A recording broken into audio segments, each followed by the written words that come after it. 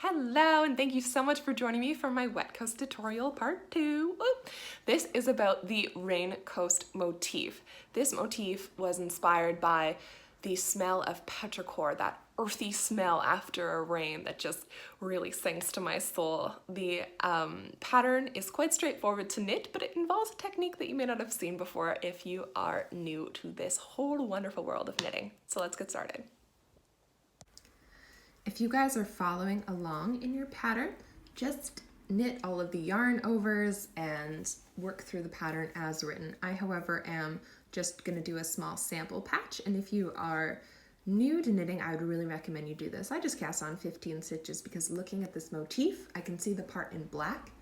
It has 2 stitches, which means I need this to be a multiple of 2, and then there's 1 extra at the end. So I've made this a multiple of 2 plus 1, which is 15. Or a lot of odd numbers actually.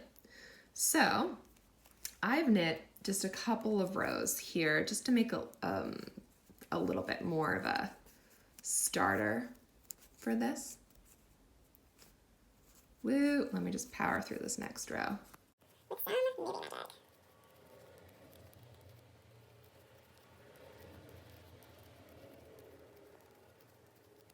Done! All right. So we'll be sure to start on a right side row, and we are just going to jump right into it. We knit this, knit 1, slip 1 with the yarn in front. That's spelled out in knitting acronyms as SLWYIF. What that means is you're going to slip this next stitch with the yarn in front. So the yarn is always in back when we're knitting. So we're going to just bring it around to the front. We're going to slip the next stitch. We always slip stitches purlwise. If it doesn't specify, it's always purlwise. So then we're going to bring our yarn back to the back of our work so that we can knit our next stitch.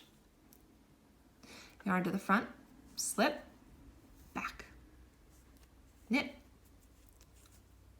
yarn to the front, slip, yarn back, knit, yarn forward, slip, yarn back, knit, yarn forward, slip, yarn back. And we do that across the entire row.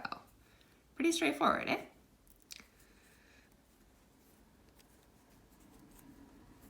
All right. What did I do there? There we go. So you can see that there is very tiny bars that are starting to form.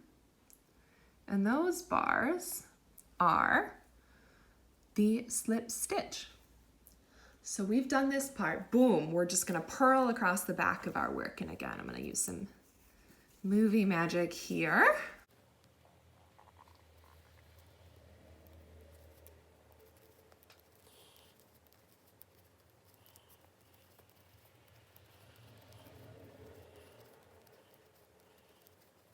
And in case you guys are wondering how I do my purls this quickly, I have a tutorial on my IGTV about how to speed up those purls. Very handy.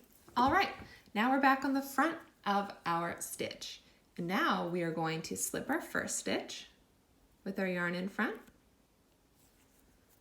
yarn at the back, knit 1, yarn to the front, slip the next stitch purlwise, yarn to the back, knit. And we're just going to do that all the way across the row. And I kind of chant this to myself. Knit, yarn forward, slip, whoop, slip, yarn to the back, knit,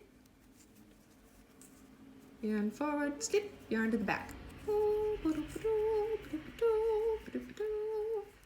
so sorry for the singing. Okay. There we go. Boom. What did I do there? There we go. So now you can see that beautiful motif is starting to form. These little raindrops. Lovely. And that's all there is to it to mastering this stitch. So go forth and have fun.